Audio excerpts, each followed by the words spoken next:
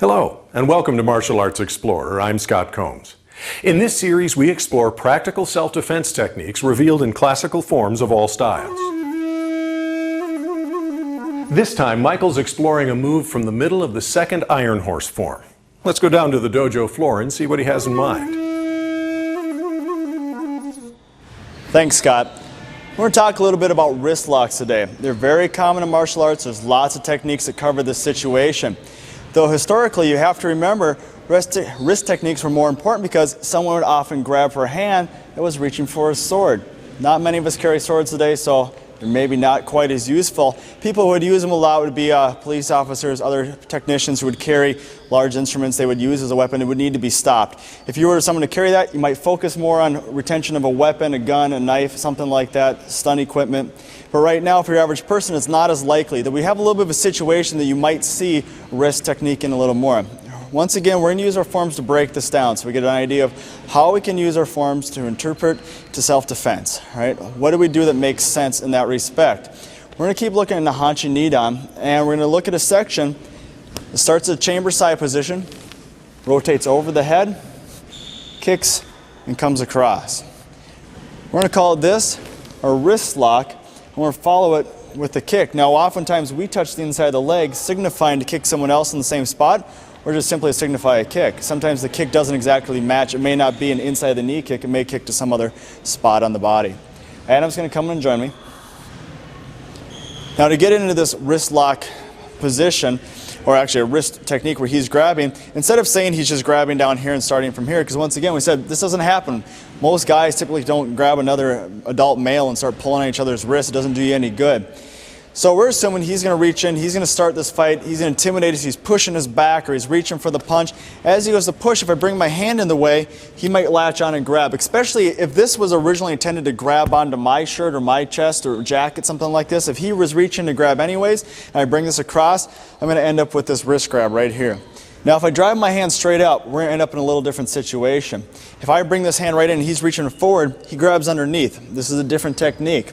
Now, by turning my hand and bringing it across my body this direction, he ends up on top of me a little more naturally, because you figure most people are coming in with their hands, fingers up this direction. All I'm doing is intercepting those fingers. I'm pushing my hand right into his. All right? So my wrist is making contact. He latches on.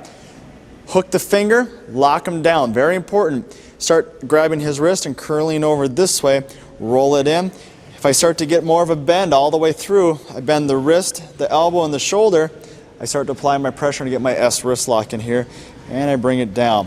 The more towards the center of his body I get, the better I am. And even slightly stepping to the outside, putting me on his 45 is great if I can do it. This reach comes in, he may be punching or pushing with the other hand. By turning off, I eliminate that. It's now very hard to punch from this position. The next move as we came over was that kick. I can pick my front leg up right now, strike the inside of that knee, I'm going to take him right down. If for whatever reason my feet got switched, that's fine. Do not get hung up on your feet being in the right position or the right foot. I can kick him with the other foot. It works just as well. Very important to remember, always be nice and fluid and adapt when you're doing self-defense. Make your technique fit the situation and not the other way around. He's going to reach in and grab, bring it over, start to apply, kick out, push him back. Gives me a perfect opportunity to escape. If someone hits the ground, it's going to take a second or two to get up. That's your chance to run and make your way out the door. Thanks, Adam. All right, everyone, we're looking at wrist technique.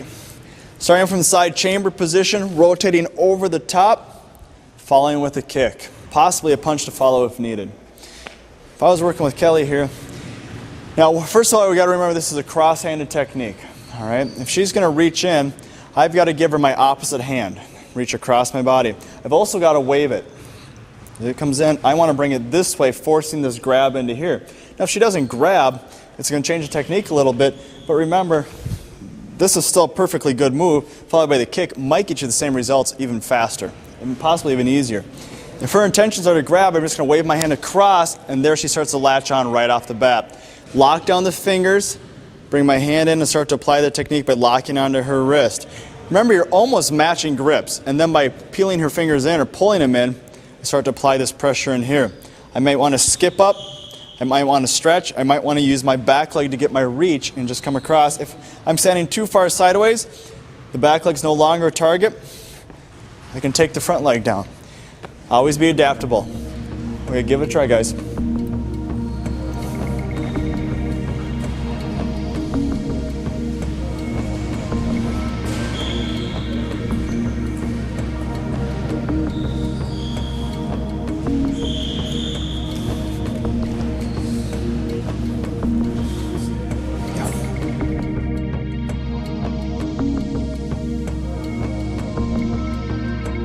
Okay, grab this finger and lock everything tight. Nope. There you go. Good. Bend your elbow in. All right.